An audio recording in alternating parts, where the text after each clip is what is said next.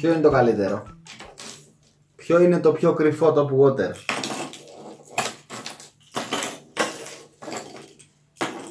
Κανένα. Είναι η δικιά μου πεντάδα. Λοιπόν, για τους φίλους που ρωτάτε κάποιο πιο καλό, κάποιο πιο χαρισματικό, κάποιο που βγάζει μεγάλα ψάρια, κάποιο που ψαρεύει μόνο του. Ρε πάλι θα τα λέμε, δεν υπάρχει αυτό. Λοιπόν, εδώ σας έχω μερικά top water, συγκεκριμένα Walk the Dog τεχνητά, WDD, Surface, πείτε τα όπως θέλετε, τα οποία μου έχουν χαρίσει ωραίες στιγμές. Το καθένα έχει την ιδιαιτερότητά του και ίσως κάπου σε κάποια μέρη ταιριάζει περισσότερο και σε κάποιες συνθήκες, που αυτό θα το ανακαλύψετε εσείς ανάλογα το ψάρεμα που κάνετε και στα μέρη που ψαρεύετε. Λοιπόν, έχω 5 top water εδώ πέρα, τα οποία συνηθίζω να τα δουλεύω περισσότερο,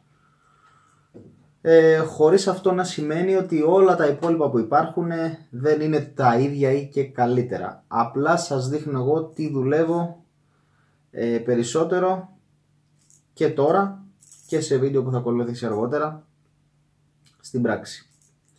Λοιπόν, ας ξεκινήσω με αυτό που σας είχα προαναφέρει πριν κάνα 2 χρόνια. Το αγαπημένο μου είναι το skimmer.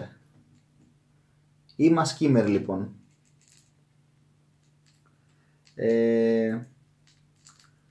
Βασικά χαρακτηριστικά: την πιο slim σιλουέτα, από τις καλύτερες βολές στο μέγεθός του, πάρα πολύ αποδοτικό, εύκολο στη χρήση, κατάλληλο για οποιονδήποτε ξεκινήσει να ψαρεύει με top water για αρχή, είναι καλό για να πάρει ψάρια.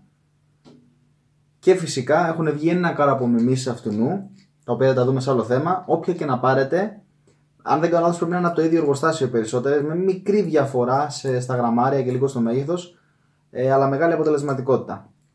Άρα η σιλουέτα αυτού ας πούμε ότι παίζει ένα πρωταρχικό ρόλο στην κασετίνα του spinner, σε αυτόν που θέλει να ψαρεύει top water. Δεύτερο, θα έβαζα ένα ας πούμε πιο ποιοτικό top water, πιο χαρισματικό, όχι τόσο γνωστό. Είναι το Gunfish της Lucky Craft.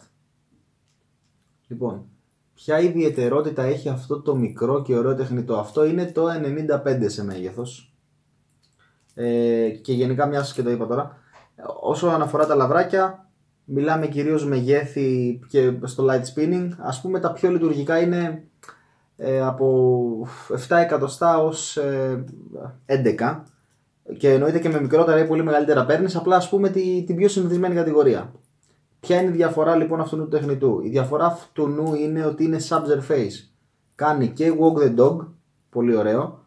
Έχει κοφτό κεφάλι κυρτό, το οποίο δημιουργεί αντίσταση στο νερό και κατά την ανάκτηση μπορεί και πετάει νερό, και δουλεύει και σε πολύ αργή κίνηση. Πολύ ιδιαίτερο τεχνητό. Δεν πρέπει να λείπει από καμία κασετίνα. Λοιπόν, μιας που μίλησα για Lucky Craft, παραδοσιακό, χρόνια τεχνητό, Σάμι. Περισσότερο δουλεύω το 80 και 100, ειδικά το κατοστάρι.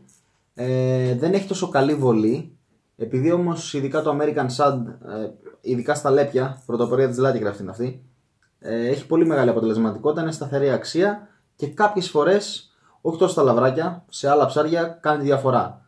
Αλλά εννοείται και στα λαβράκια είναι ένα από τα κορυφαία. Σάμι κατοστάρι. Λοιπόν, ιδιαίτερο και από τα αγαπημένα μου, Ilex Bonnie 95. Ποια είναι η διαφορά του? Δεν κάνει εύκολο walk the dog, θέλει χέρια. Θέλει δηλαδή, είναι στάδιο προχωρημένου spinner. Γιατί και μπερδεύεται εύκολα, δεν βγάζει εύκολα καλή βολή. Κάνει όμως τη διαφορά, είναι πολύ ενοχλητικό τεχνητό, έχει μπίλιες πιο έντονες από τα άλλα, κάνει θόρυβο. Κάνει ιδιαίτερο walk the dog, όχι πάντα μοιάζει, μέχρι και στην κίνηση δεξιά και αριστερά, μέχρι και αυτή μοιάζει να είναι πάνω στην κίνηση πληγωμένο. Δηλαδή ενώ όλα τα άλλα έχουν μια ωραία ροή, αυτό ας πούμε ότι δείχνει και τα πλευρά του, κατά κάποιο τρόπο είναι με το ζόρι βγάζει το walk the dog.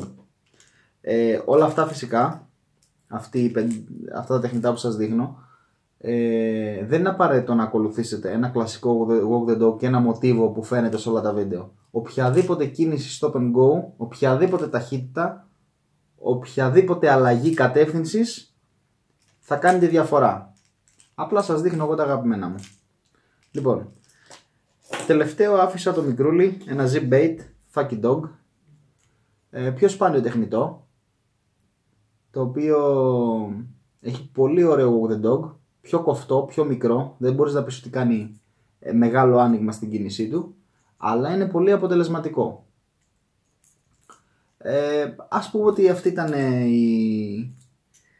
η βασική μου πεντάδα όταν ανοίγω την κασετίνα μου και τα τεχνητά που ρίχνω περισσότερο. Θα δούμε κι άλλα στη συνέχεια, κι άλλα έτσι αποδοτικά τεχνητά αφρού. Απλά αυτά δουλεύω εγώ περισσότερο. Και όχι μόνο στους χρωματισμούς αυτούς που βλέπετε, σε αρκετούς χρωματισμούς. Απλά αυτοί που έχω τώρα εδώ είναι η βασική μου. Δηλαδή όπου τα βρω τα αγοράζω. Λοιπόν, αυτά. Να είστε όλοι καλά. Γεια σας.